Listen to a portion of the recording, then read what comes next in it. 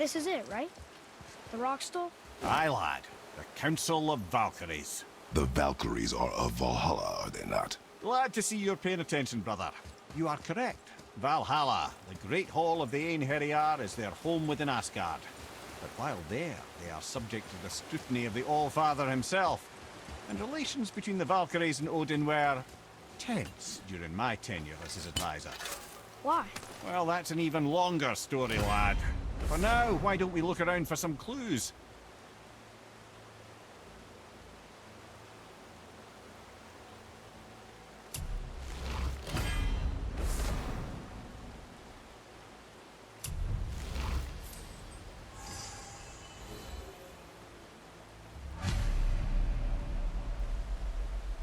Try placing one of the Valkyrie helms on a throne.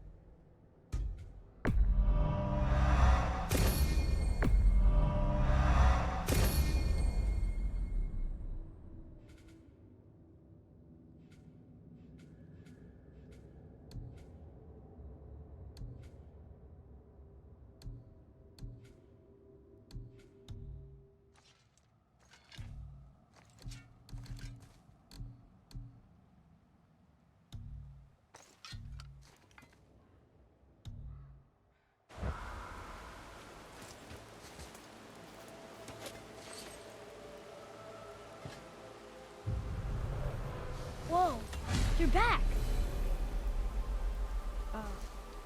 Hello? I don't think she can hear you, lad. The helms must only retain but a small portion of their owner. I'd wager the rest is in transit to Valhalla to try and fix the mess left by their absence. Lemire, who is she?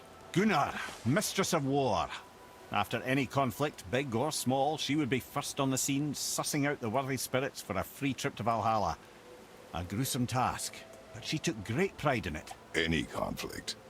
Impossible. It's true. She had help from her sisters, of course, but Gunnar was always first to arrive. Her judgment of the fallen was unparalleled, and an invaluable resource to Odin. She was one of his favorites.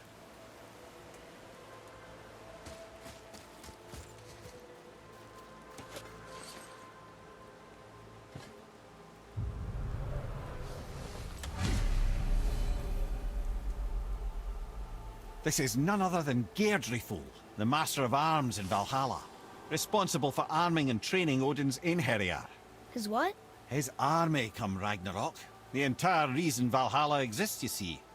The Einherjar wait in the Great Hall endlessly, feasting, drinking, and fornicating themselves silly. Once Ragnarok begins, Odin calls them into service to fight on his behalf.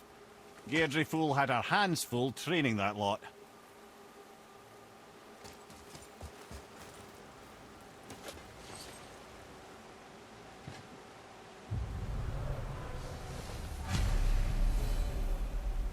This, my friends, is Kara.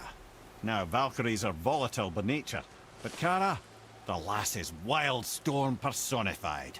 A wild storm. Aye, calm and collected. Then the air would shift and the fury of her storm would unleash. 'Twas beautiful in a way, assuming you could find proper shelter. Her tears would cleanse the blood-soaked battlefields.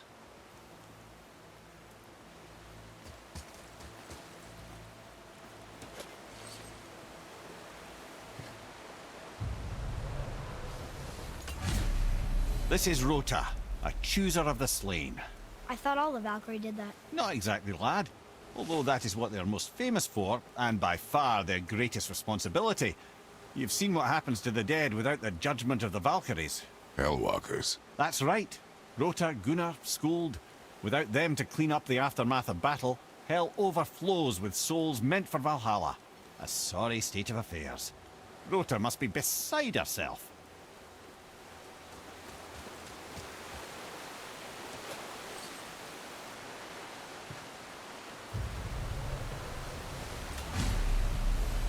Ah, here we have Air, the healer. A Valkyrie healer? Strange. Air was strange, as a matter of fact. Very quiet, very calm. Where her sisters were violent rapids, Air was a gentle stream. She healed the wounds of both mortals and gods, and even a certain all-knowing sage who once drank too much and fell off a mountain. Not my proudest moment.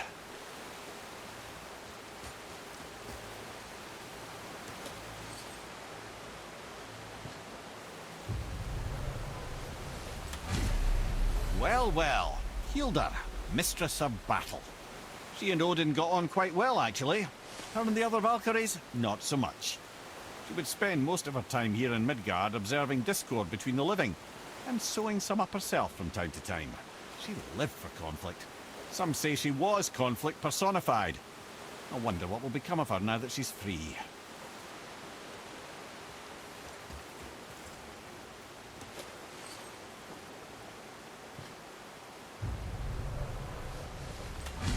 Olrun, once the daughter of a powerful chieftain, she fell defending him during a Reaver attack. Olrun was escorted to Valhalla, where she chose to devote her afterlife to the pursuit of knowledge above all else. Quite unusual behavior amongst the constant drinking and feasting of her fellow Valhallian denizens. How'd she end up a Valkyrie? Odin. He saw a kindred spirit in Olrun's single-minded pursuit of knowledge. He appointed her as the Valkyrie's resident historian.